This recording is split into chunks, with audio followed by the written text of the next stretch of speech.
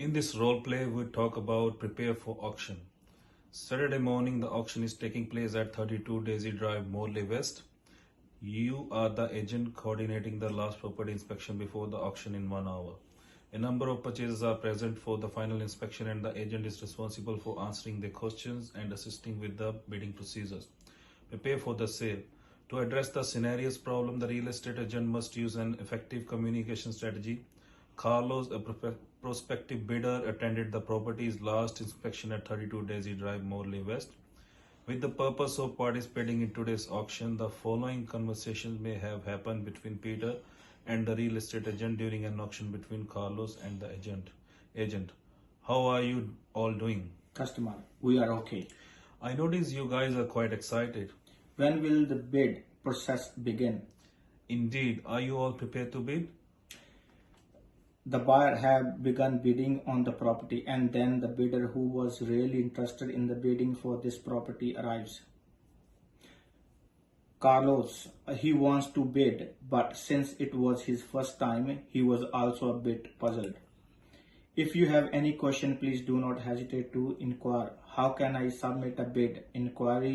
Inquiries Carlos in a perplexed tone. You may make a bid by lifting the wooden stake you have in your hand and then verbalizing the amount of your bet. Carlos, I have some more question too. Yes, it's alright. It seems as though this is your first time. Yes, this is why I have so many questions in my thoughts, Carlos. No problems. You're welcome to ask me as many questions as you want.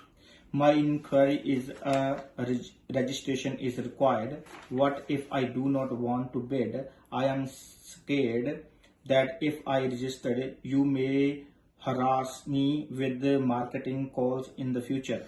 I realize that the majority of purchasers believe that if there is any type of registration, then as soon as we register for it, my inbox will be flooded with further emails. So would you do the same? No, since there is no such things as a registration, and if you do not want to bid, you are free to do so. There were a few instances in which individuals arrived to bid, but after the second or third offer, they did not submit more bids due to the magnitude of the previous bid. So would you do the same? Okay, so what you do the same? Would you do the same? So would you do the same? No, since there is no such thing as registration, and if you do not want to bid, you are free to do so. There are few instances in which individuals arrive to bid, but after the second or third offer, they did not submit more bids due to magnitude of the previous bid. Carlos, oh, all right. If I win an auction, how much of a deposit would I be required to pay?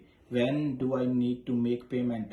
Exists a phase of cooling off. You must pay a deposit of 50%. If you bid 800,000 on a house, you may be required to pay a deposit of 400,000, and there is no cooling off period since it depends on the seller. Carlos, may I include my own terms in the contract? Yes, as long as they are legitimate and the seller agrees to them.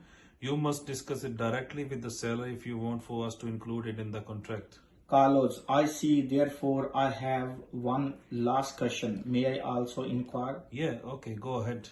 If the property is inherited, may I purchase it under private contract terms? Yes, you can purchase the property under private treaty terms, but you must contact the seller directly to discuss all the details, such as if you want your conditions to be written into the contract, or if you want a longer lease period for paying the rent, etc. This is because we have been instructed by the seller to adhere to his wishes, and we are powerless to alter them. Yes, I know. Yes, I know a little bit. Yes, I know a little bit about, since a buddy of mine also purchased a home at auction and he told me about it. So, are you done with your questions?